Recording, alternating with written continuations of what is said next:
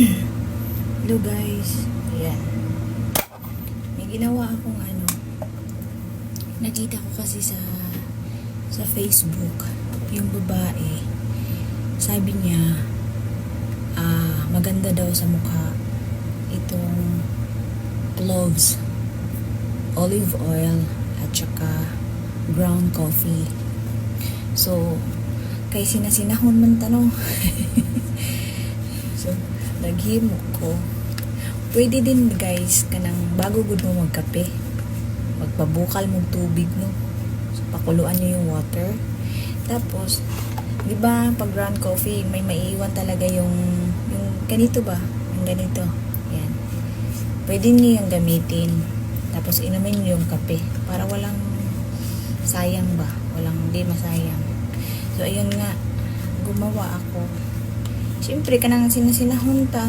Gusto na ito ma-try ba? So, naghimo na ko, no? So, gisagol na ko ang olive oil, kape, o cloves. Kanang cloves, guys, lindot po na siya sa buhok.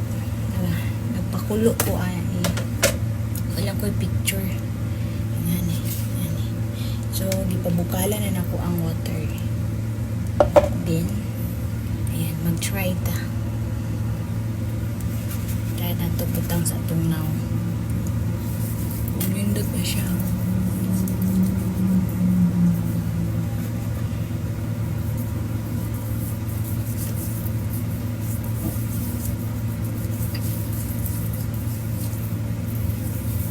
Indot siya parang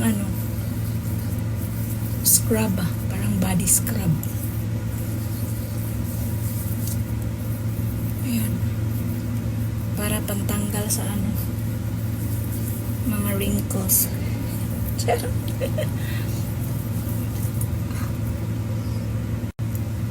So, mga kuan siguro. Mga 1 minute na kuan lang yun sa naong ba. Ayan. Tapos, maghilamos na. Ako, winter during na time, no? Pero, akong ginahilamos kay malamig na water. Sarap kasi pag malamig na water. Hilamos na ito.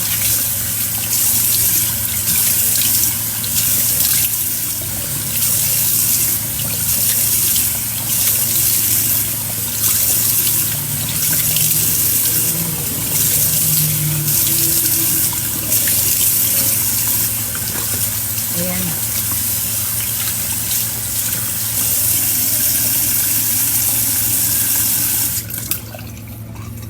Uy, maganda kaya. Soft yung mukha mo. Kasi may olive oil. Oily. Pero, kailangan kayo, mag-facial cleanser or foam. Yung mga, para matanggal yung hapnot sa naong. Okay, tungod sa oil.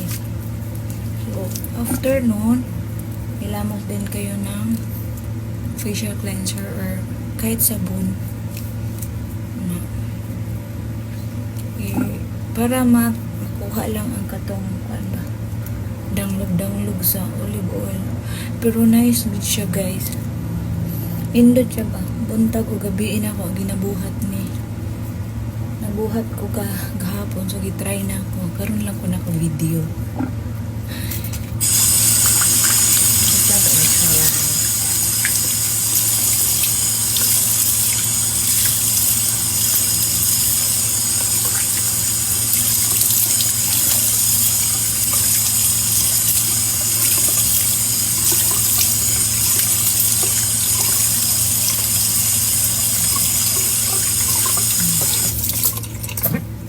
Na.